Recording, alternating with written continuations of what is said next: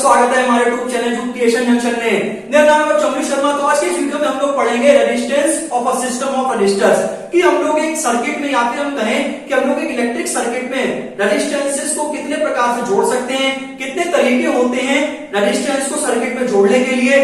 Students मैं आपको बताऊं, ये आपका क्लास 10 इलेक्ट्रिसिटी का बहुत इंपॉर्टेंट टॉपिक है और कॉम्बिनेशन ऑफ रजिस्टर से आपके एमसीक्यू लॉन्ग और शॉर्ट में भी बहुत सारे क्वेश्चन पूछे जाते हैं। आप ये मान के चलिए हर साल कॉम्बिनेशन ऑफ रजिस्टर से क्वेश्चन आना तय है। तो आज की इस वीडियो में आपको बताऊंगा कि सर्किट में रजिस्टेंस को कितने प्रकार से जोड़ते हैं, क्या इनका फॉर्मूला होता है और एक सर्किट को बनाने के लिए कौन कौन से कंपोनेंट्स या फिर आपको किन बातों का ध्यान रखना है। बिल्कुल बेसिक से स्टार्ट करूंगा और जैसे जैसे हमारी वीडियो आगे बढ़ेगी वैसे वैसे मैं इस टॉपिक का जो लेवल है वो भी मैं बढ़ाऊंगा।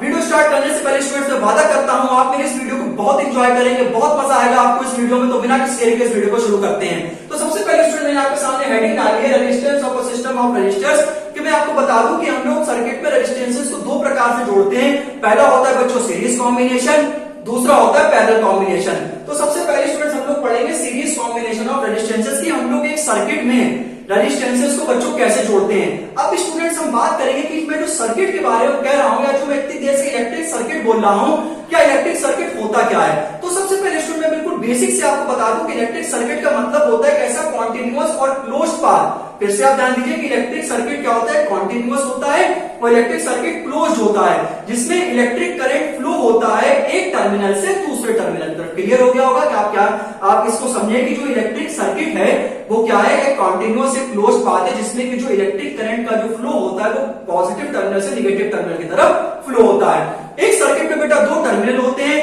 कौन सा पहला होता है पॉजिटिव टर्मिनल, दूसरा होता है निगेटिव टर्मिनल। इसमें कि बच्चों इलेक्ट्रिक सर्किट एक कॉन्टिन्यूअस और क्लोज पाथ है जिसमें कि जो इलेक्ट्रिक करंट है वो positive terminal to negative terminal flow होता है। ठीक, सर्किट में आप ध्यान रखें कि उसमें पाथ होता है कॉन्टिन्यूअस और उसका क्लोज होता है। ठीक, अब स्टूडेंट्स में आपको एक बेहतरीन सा सर्किट बना के दिखाऊंगा। सर्किट में मैं आपको रेजिस्टेंस इन सीरीज मतलब मैं रेजिस्टेंस को सीरीज में लगाकर दिखाऊंगा कि कैसे एक प्रॉपर सर्किट बनता है। तो स्टूडेंट्स आप ये देखिए अगर कि सर्किट ऐसे मतलब सीरीज इस प्रकार से होती है लाइन वाइज, तो मैं क्या करूंगा, मैं इसमें तीन रेजिस्टेंस को जोड़ के दिखाऊंगा, 1 2 और 3। देखिए मैंने आपके सामने रेजिस्टेंस जोड़ के दिखाए। रेजिस्टेंस को स्टूडेंट्स हम लोग कैपिटल आर से लिखते हैं। तो ये जो मैंने पहला जोड़ा है इसको बेटा हम लोग कहेंगे कैपिटल R1, मैंने इसको दूसरा जोड़ा है इसको कहेंगे कैपिटल R2, इसको कहेंगे कैपिटल R3। रेजिस्टेंस का स्टूडेंट मतलब क्या होता है, रेजिस्टेंस का मतलब होता है कि एक ऐसी प्रॉपर्टी कंडक्टर की जो एक सर्किट में करंट को फ्लो होने से क्या करती है, रोकती है। अब स्टूडेंट्स मैं क्या करूंगा, इसमें मैं बैटरी लगाऊंगा। ठीक, तो इसमें मैंने देखी यहाँ पर मैंने तीन रेजिस्टेंस लगाए, तो मैं यहाँ पर तीन बैटरी लगाऊंगा। सबसे पहले स्टूडेंट पॉजिटिव टर्मिनल, ठीक है, तो पॉजिटिव टर्मिनल के लिए बड़ी लाइन खींची जाती है, फिर ये बच्चों निगेटिव टर्मिनल। ठीक, उसके बाद स्टूडेंट्स एक ये पॉजिटिव टर्मिनल हो गया, फिर ये निगेटिव, फिर ये पॉजिटिव, फिर निगेटिव और ये फिर पॉजिटिव। ठीक, और यहाँ पर जो डायरेक्शन होगा ये होगा बच्चों प्लस और माइनस। इसके बाद स्टूडेंट्स आप ध्यान रखेंगे कि सर्किट में दो तरह के डिवाइस लगे होते हैं, एक होता है बेटा एमीटर और एक होता है बेटा वोल्टमीटर। एमीटर जो बच्चों होता है वो हमेशा सीरीज में लगता है और एमीटर हमें करंट की वैल्यू मतलब एमीटर जो होता है वो बच्चों करंट नापता है। एमीटर क्या नापता है बेटा, करंट नापता है। ठीक, यहाँ पर बेटा हम एक स्विच लगा देंगे या फिर आप इसको की कह सकते हैं और ये लीजिए आपका जो सर्किट है वो बच्चों क्या हुआ है, तैयार हो गया है। जहां पर बेटा ये आपके सामने मैंने एक बहुत प्यारी सी बैटरी लगा रखी है, यहाँ पर मैंने इसको की, आप स्विच भी इसको कह सकते हैं। और देखिए इसमें आप एक बात का बच्चों ध्यान रखेंगे, अभी ये कंप्लीट नहीं हुआ है, अभी देखो कितना बेहतरीन लग रहा है, अच्छा लग रहा है। देखिए यहाँ पर मैंने आपसे क्या कहा, जो रेजिस्टेंस होता है बेटा थोड़ा ध्यान से समझना, हल्का सा टिपिकल है, पहली बार पढ़ रहे हो तो बहुत ध्यान से। मैं देखो टाइम भले इस वीडियो मेरी ज्यादा हो जाएगा मुझे पता है, लेकिन हम यहाँ से आपको एक एक टर्म बताएंगे कि हम इसको सीख क्या रहे हैं। देखो एक सर्किट है क्लोज है, दिखाई दे रहा है, ये चारों तरफ से बेटा बंद है। हमने यहाँ पर तीन लगाया, आप 4 5 6 कितने भी लगा सकते हैं, आप तीन लगाइए मतलब अच्छा लगे डायग्राम। स्टूडेंट्स आप ध्यान रखेंगे कि जो बैटरी है वो पॉजिटिव और निगेटिव इसके दो टर्मिनल होते हैं। मैंने आपको भी बताया कि जो सर्किट एक क्लोज पाथ होता है जिसमें दो टर्मिनल होते हैं पॉजिटिव और निगेटिव। अब बच्चों यहाँ पर आपने देखा होगा कि एक सर्किट में बच्चों हम लोग आपने देखा होगा घर पे वोल्टेज नापते हैं, तो वोल्टेज के लिए एक डिवाइस बच्चों यूज करते हैं जिसको हम लोग बेटा कहते हैं वोल्टमीटर। तो यहाँ पर बच्चों एक वोल्टमीटर हम यहाँ पे लगाएंगे, एक वोल्टमीटर यहाँ पे लगाएंगे, एक वोल्टमीटर यहाँ पे लगाएंगे। देखिए मैं लगा के दिखाता हूँ आपको, देखिए क्योंकि जो वोल्टमीटर होता है वो बच्चों क्या नापता है, वोल्टेज नापता है। वोल्टमीटर क्या नापता है, वोल्टेज नापता है। तो मैंने यहाँ पर बच्चों आपके सामने वोल्टमीटर लगा के दिखा दिया है, देखिए। और वोल्टेज को बच्चों V से लिखते हैं, तो ये मैंने वोल्टेज आपको यहाँ पर लगा के दिखा दिया। इसका डायरेक्शन दे दीजिए प्लस माइनस, यहाँ पर दे दीजिए प्लस माइनस, यहाँ पर दे दीजिए प्लस माइनस। जो करंट का जो बच्चों डायरेक्शन होता है वो बेटा होता है पॉजिटिव से नेगेटिव की तरफ। तो ये लीजिए आपके सामने जो मैंने बनाया है खूबसूरत सा डायग्राम, इसी को हम लोग कहते हैं सीरीज कॉम्बिनेशन ऑफ रजिस्टर्स। इसमें मैं आपको एक एक चीज के बारे में बताता हूं। सबसे पहले तो बैटरी के बेटा दो टर्मिनल होते हैं, पॉजिटिव और नेगेटिव में मैंने आपको अभी बता दिया।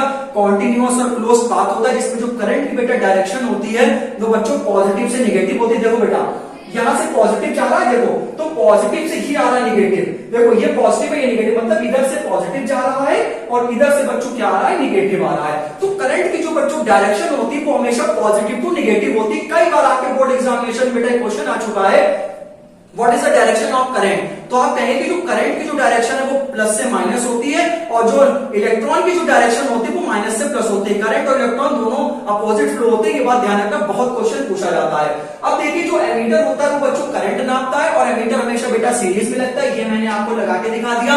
वोल्ट मीटर बेटा मेरे वोल्टेज नापता है, तो मैंने यहाँ पर वोल्टेज को मैंने बनाकर आपको दिखा दिया है। ये बेहतरीन सा सर्किट मैंने आपको तैयार करके दिखाया है। अब इसमें आप देखिए जो मैंने आपको डेफिनेशन बताए थे कि जो सर्किट होता है वो क्लोज्ड और कॉन्टिन्यूअस पाथ होता है, जिसमें कि जो इलेक्ट्रिक करंट है वो एक टर्मिनल से दूसरे टर्मिनल की तरफ फ्लो होता है, या फिर हम इसे दूसरे शब्दों में कहें कि हम जो सर्किट होता है वो कॉन्टिन्यूअस और क्लोज पाथ होता है, जिसमें जो इलेक्ट्रिक करंट फ्लो होता है वो पॉजिटिव टर्मिनल से नेगेटिव टर्मिनल की तरफ फ्लो होता है। देखो क्लियर हो गया, पॉजिटिव से नेगेटिव की तरफ जा रहा है। तो स्टूडेंट्स आप यहाँ पर एक प्यारी सी लाइन लिखेंगे कि this figure shows the series combination of resistors in which there are three resistances R1, R2 and R3 and there potential V1, V2 and V3। तो इसमें आप स्टूडेंट ध्यान रखेंगे, इसका नाम आप चाहे रख दीजिए, इसका नाम रख दीजिए AB, इसका नाम रख दीजिए CD और इसका नाम रख दीजिए E और F। अब बेटा हम इसका प्रूफ करेंगे लाइन बाय लाइन, मैं आपको प्रूफ इसका बताऊंगा।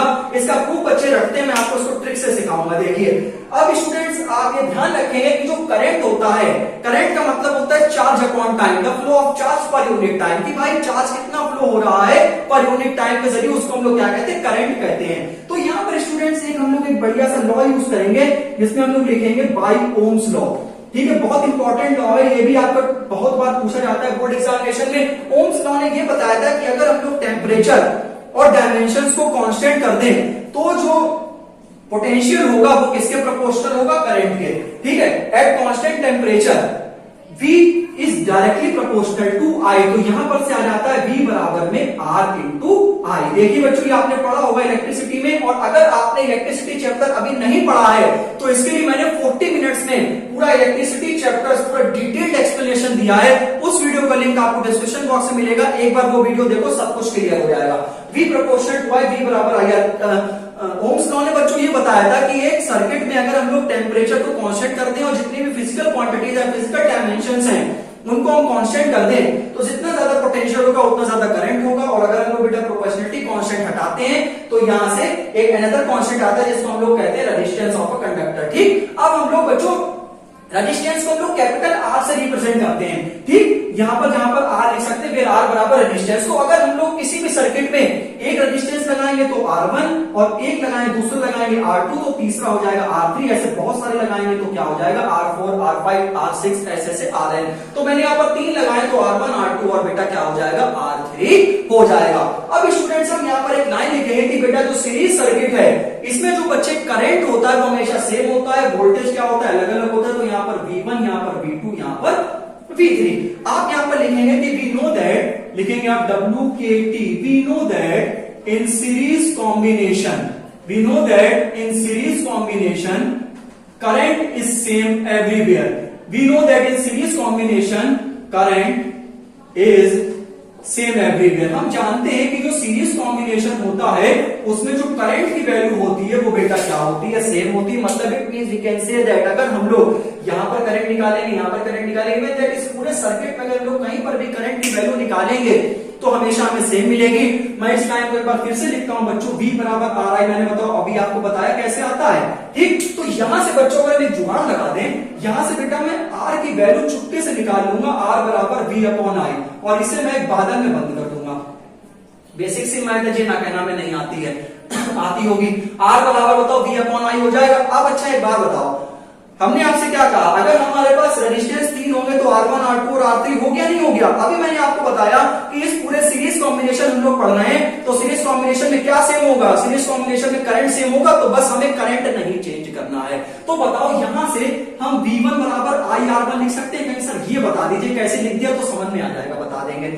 देखो यहां पर V बराबर RI लिखो या V बराबर IR लिखो, बात तो एक ही है। हमने आपको क्या बताया कि जो सीरीज कॉम्बिनेशन होता है बेटा, उसमें सीरीज कॉम्बिनेशन में जो करंट होता है वो बच्चों सेम होता है, तो करंट हमें नहीं चेंज करना है।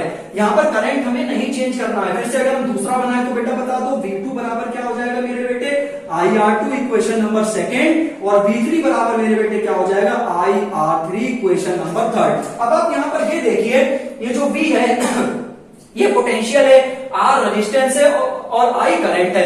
तो यहाँ पर दो बच्चों वैल्यू चेंज होगी। पहले के लिए देखो, इसके लिए देखो V बराबर IR इस वाले सर्किट पे लगा, छोटे वाले पे V बराबर IR पे आप क्या लगाओगे, V1 बराबर IR1। देखो इसमें जो करंट फ्लो होगा, इसमें सभी में I करंट फ्लो होगा, इसमें भी I, इसमें भी I, इसमें भी I।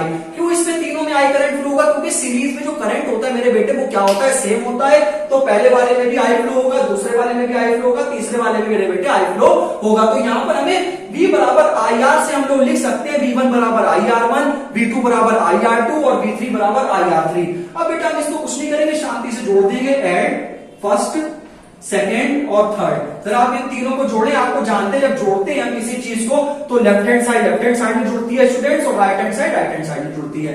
जरा V1 plus V2 plus V3 which is equal to में IR1 प्लस IR2 और प्लस में मेरे बेटे क्या हो जाएगा, IR3 हो जाएगा। देख लेना, मैंने लेफ्ट हैंड साइड को लेफ्ट हैंड साइड में जोड़ दिया, राइट हैंड साइड में राइट हैंड साइड को जोड़ दिया है। अब बेटा आप एक बात बताओ, अगर हम लोग जैसे कि हमारे पास ये तीन रेजिस्टेंस है R1 R2 और R3, बताओ ये R1 और R2 R3 हमें कंबाइंड रेजिस्टेंस देंगे नहीं देंगे, बिल्कुल बताओ। अब यहां से बच्चों अगर हम एक बात देखें, जैसे कि ये V1 V2 V3, अगर हम तीनों को जोड़ दें या फिर आप कहें कि जो V1 है V2 मतलब वोल्टेज 1 वोल्टेज 2 वोल्टेज 3, ये हमें कंप्लीट वोल्टेज देगा सर्किट का कि नहीं देगा, बोलो। मतलब चाहे V1 ये भी वोल्टेज है, V2 ये भी वोल्टेज है, V3 ये भी वोल्टेज है, तो अगर हम लोग वोल्टेज को पोटेंशियल डिफरेंस भी कहते हैं, तो बताओ ये हमें कंप्लीट पोटेंशियल डिफरेंस देगा कि नहीं देगा। V1 plus V2 plus V3 को भी लिख सकते हैं कि नहीं लिख सकते हैं, बिल्कुल लिख सकते हैं। आप यहाँ पर लिखेंगे कि since V1 plus V2 plus V3 कितना हो जाएगा, V। यहां पर से बेटा आप I को कॉमन ले लें, अंदर बचेगा R1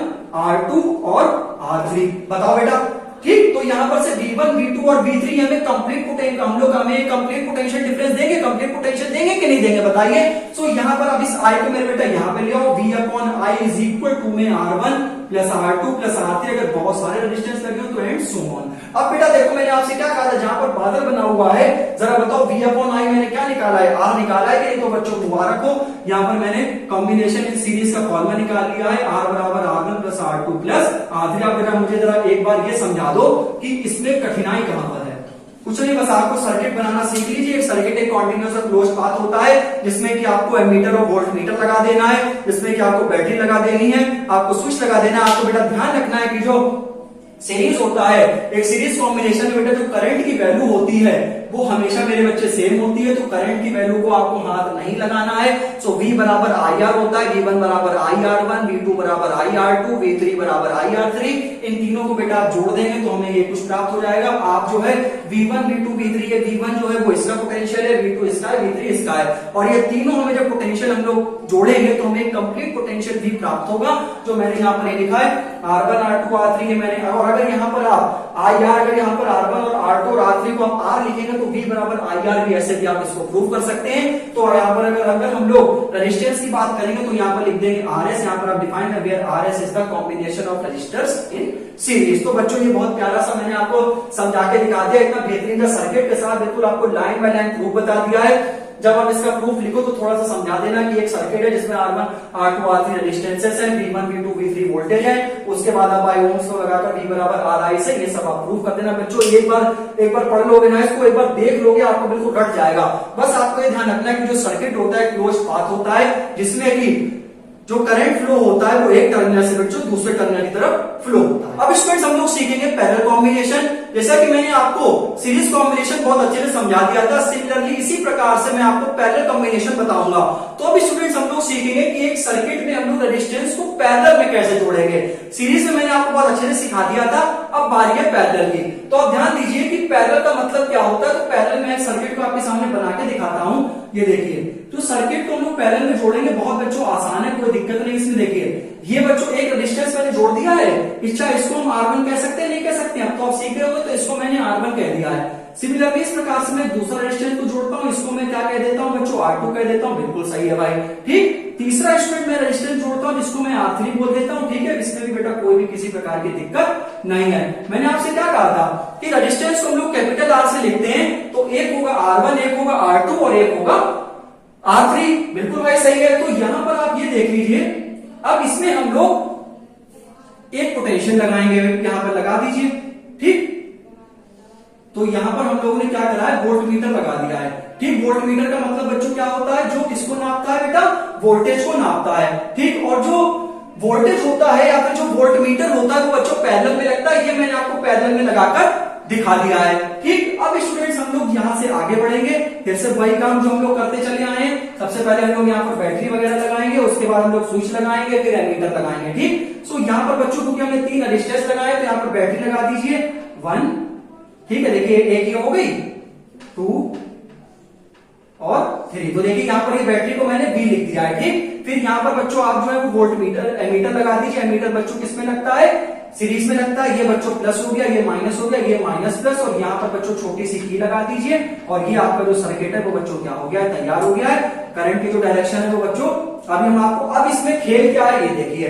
अब देखिए कुछ नहीं करा है मैंने इसमें, जैसे ये था बच्चों R1 है, बेटा ध्यान देना, थोड़ा सा ध्यान दो प्लीज। ये R1 है, ये R2 है, ये R3 है। मैंने जब बच्चों सीरीज में लगाया था तो मैंने ऐसे लगा दिया था R1, R2 और R3। सपोज कीजिए मैंने आपको बना के दिखाया था R1, R2 और R3 बच्चों सेम है ना। पैरेलल का मतलब क्या होता है, ये देखो ऐसे होता है पैरेलल, ये देखो ऐसे, ये और इसके नीचे 1, ऐसे देखो 1 2 और ये 3, तो देखो 1 2 3, देखो पैरेलल से पैरेलल लाइन खींचते हो तो ऐसे ऐसे पैरेलल होती है। तो यहाँ पर R1 R2 और R3, इसमें दिक्कत क्या है, यहाँ पर मैंने क्या लगा दिया बच्चों, वोल्ट मीटर लगा दिया। वोल्ट मीटर क्या बेटा करता है, वोल्टेज को नापता है। ये मैंने बैटरी लगा दिया। मीटर बच्चों क्या काम होता है, करंट को नापता है। ठीक, अब थोड़ा सा खेल क्या है इसमें, ये देखो इतना भी बना दोगे तब भी नंबर आपको पूरे मिल जाएंगे। ये करंट बच्चों यहाँ से आई आ गया है, ये करंट यहाँ से आई आ गया है। अब यहाँ पर सीखो, अच्छा ये जानते हो V बराबर IR होता है। देखो अगर हम कहें कि इस वाले में ध्यान देना बेटा, इसमें इसका नाम दे दो, चाहे इसका X दे दो, ठीक है, इसका Y दे दो, इसका Z दे दो। ठीक, और यहाँ पर एक इसका ये भी नाम रख दो, A रख दो, अपनी तरफ से लिख सकते हैं, हमें को रटा थोड़ी ना है,